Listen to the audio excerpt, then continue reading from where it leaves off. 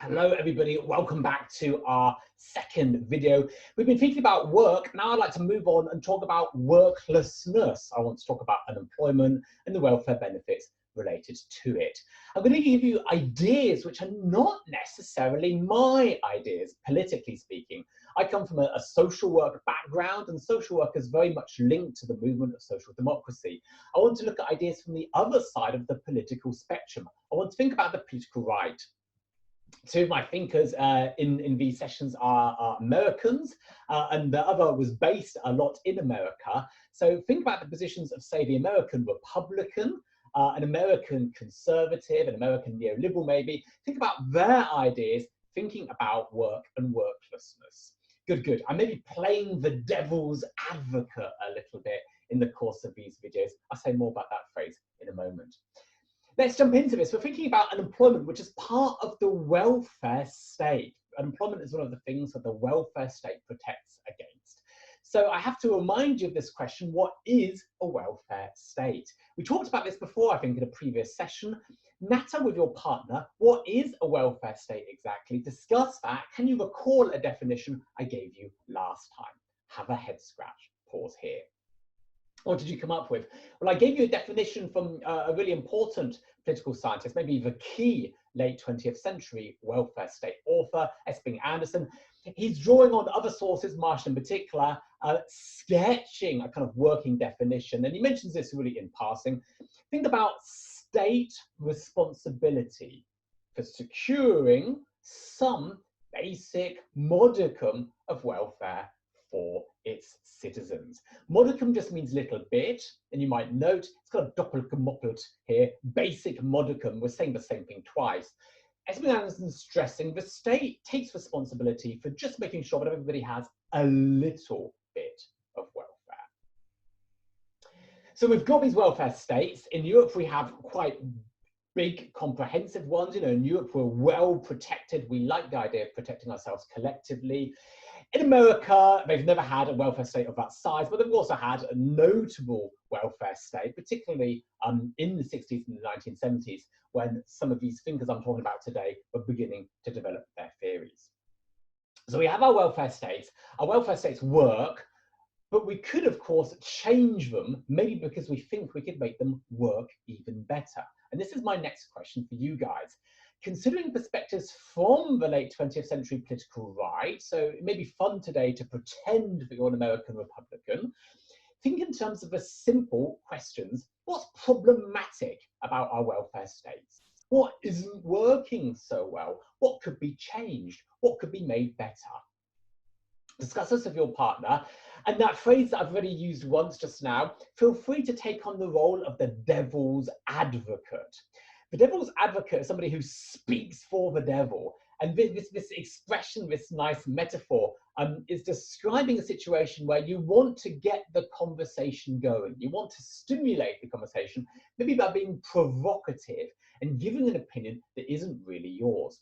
As a teacher, I often do this. It's a fun thing to do to get people thinking. So if you want to, if you're running out of ideas, be a bit provocative, you know, get ideas out there which are not necessarily yours, but maybe provoke discussion. Natter with your partner, pause here. What did you come up with? There's a whole set of criticisms coming from the political right, a whole set of objections, a whole set of ideas which people coming from the right would say, you know, this is really not right in our welfare state. The first point has to be the cost. Welfare services are expensive. You know, pensions, unemployment benefit, healthcare, these are expensive things to have. European states typically spend between 20 and 30% of their gross domestic product on the welfare state. Many of us value welfare so much we're prepared to dig into our pockets and pay for it. So the cost has to be the first in our list of objections. How sustainable are our welfare states? Critics would point to areas like pension spending and say, look, you know, in the future, that is not affordable. You have an unsustainable system here. What about the fairness? You typically get a welfare service or benefit when one of life's risks actually kicks in, when something unfortunate happens to you. You have an accident, you become unemployed, and so on. And typically we get a service with some kind of criteria. Maybe our income is below a certain level, for example. And that obviously leads to questions of fairness. Clearly, some people are getting services, other people aren't getting services. Is this fair?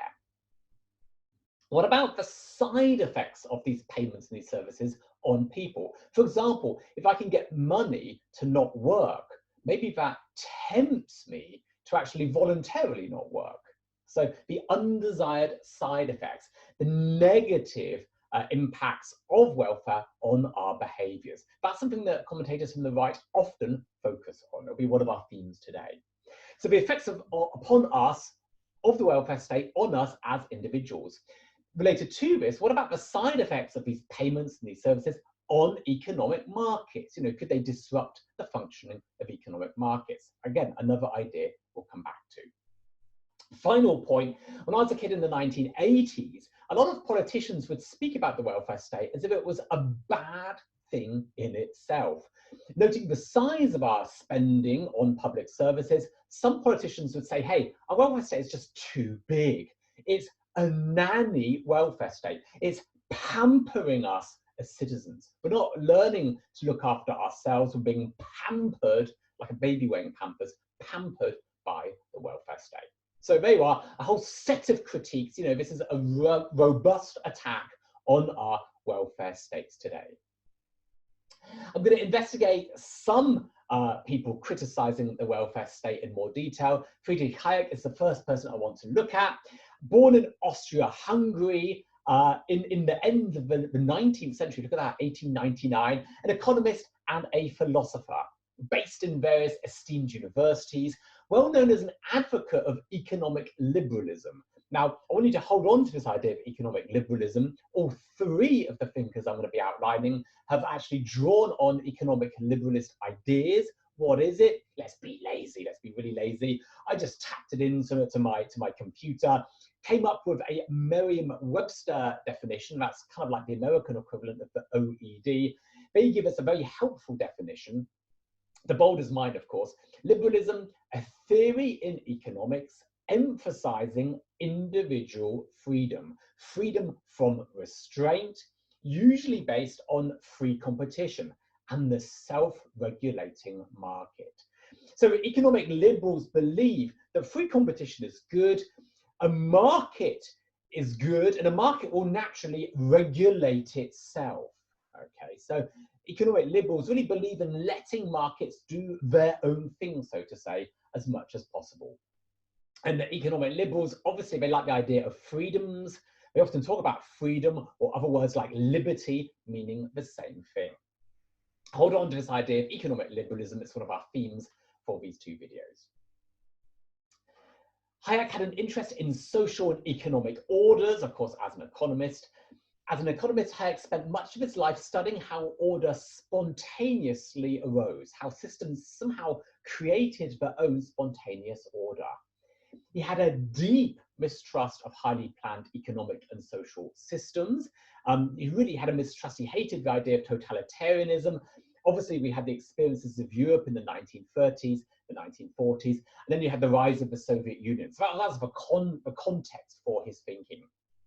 His books had fascinatingly provocative titles. Look at this, the title is a book from 1944. Serfdom, of course, is this old relationship that we had to our community going back to the Middle Ages. Here he's using it as a word, something like slavery. The road to serfdom, the road to slavery, are the democracies unknowingly traveling the totalitarian road. He was undoubtedly thinking about all of the public spending and the public works of the states, ending the Great Depression, maybe even thinking of wartime economies.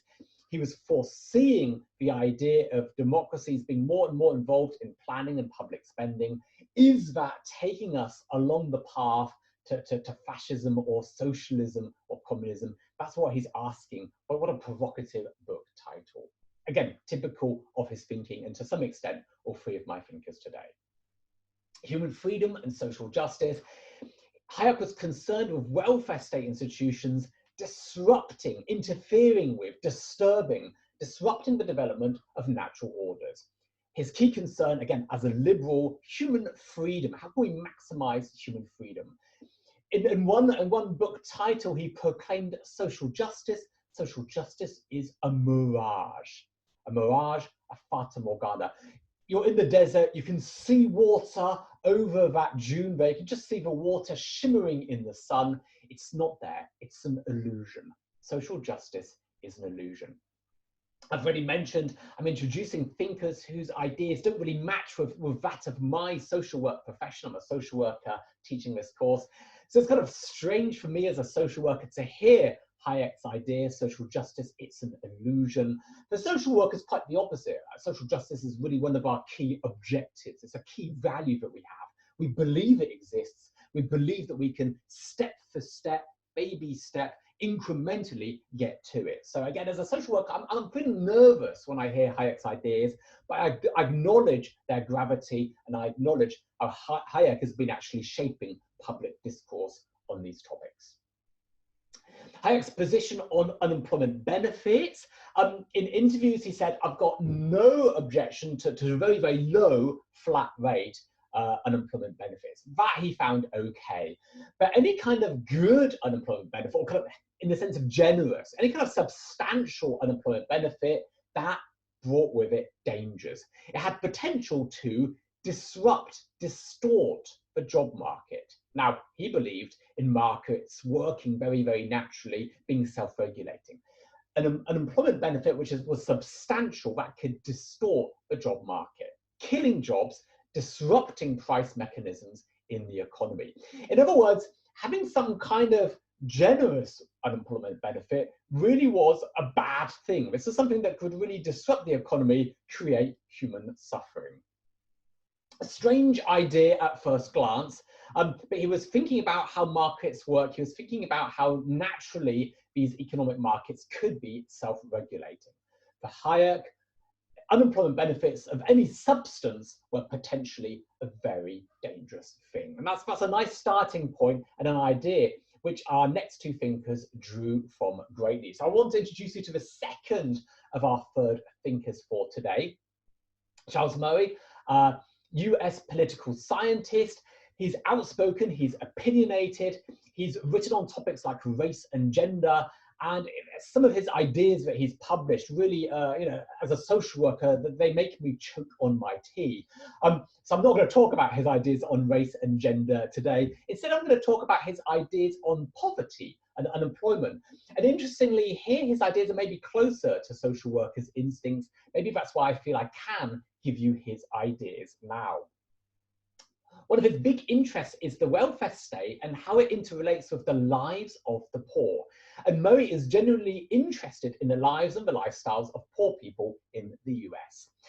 His key theory, which I want to present to you today, he believes part of the population, a sector, a chunk of the population, has broken off and separated itself from the rest of society. And this happened at some point during the 1970s. He calls these people the underclass. They are the underclass. In the English language, that's kind of like a fairly new concept, which he was therefore shaping. The underclass. What can we say about these people? An obvious comparison, are we talking about the working class here? Traditionally, the people at the bottom part of society were the working class. He says these people really are distinct and separate. They differ from the working class. The working class work, and the underclass don't. Their lifestyles are supported by state benefits and by charity, typically by a combination of both. They're poor and they're surrounded by other poor people. They live in a community surrounded by other poor people. They have few resources and their communities have few community resources. In terms of the determinants, statistically speaking, the determinants for belonging to the underclass typically includes people having children born out of wedlock. That means people having children when they're not married. So unmarried parents. Family breakup is also a determinant here, and committing criminal offences. Murray mentions other determinants here as well, which I could mention, I won't, that they'll muddy the debate. The state and the underclass. What is the relationship of the state and this underclass? Murray is really clear about this. Murray sees the underclass and he thinks he's found the cause of this phenomenon. He argues that the welfare state, those generous welfare payments, that's responsible for the underclass. Benefits, the money we get when we're unemployed, that's weakened the work ethic, Murray claims. He knows they've created work disincentives. A disincentive is actually an incentive, something to stimulate you to do the wrong thing. So you give somebody a reason to do the thing that you don't want them to do. Work disincentives. His argumentation here is, in the past, people had taken up lowly paid work to slowly get out of poverty. So through your hard work, over years, you'd slowly lift up your economic position. That's not happening anymore. Poor people are leaving the job market. Instead of working for low wages, as you do, for example, when you're young, poor people are becoming dependent on government assistance. Social assistance, it's a bit like Sozialhilfe in German. So we've got a welfare dependency here, a welfare dependency, a welfare addiction, if you like. Again, these are ideas from the 1980s, from Murray's book, Losing Ground. It's his diagnosis of America's kind of political malaise, so to say. Murray, on the underclass, a couple of Murray quotes here. The welfare state has artificially, needlessly created a large dependent class. At the bottom is the underclass, stripped of dignity, stripped of its autonomy, producing new generations socialized to their parents' behavior. I've outlined Murray's ideas. Now over to you guys. What do you think about this thinker's thinking here? Is the concept of the underclass, is it useful to you? Maybe to conceptualize trends in your country? Obviously, he was writing about the States. He was then looking at the case of Britain. You know, what about a country like Germany? Is this a useful idea? Discuss that with your partner now. What can we say? I find it quite fascinating, coming from a UK-German position. I mean, certainly in the United Kingdom, people, we had criticisms, we had objections to Murray's reasoning. Murray is himself a very outspoken and kind of polarizing author.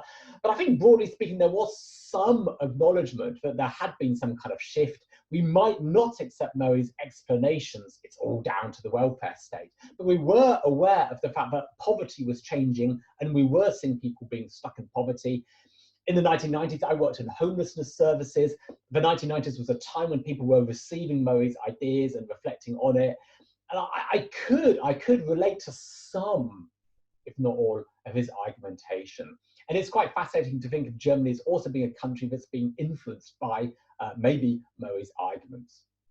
So there's no right or wrong answer here, but I think we are seeing that people acknowledge the gravity of changes in the nature of poverty.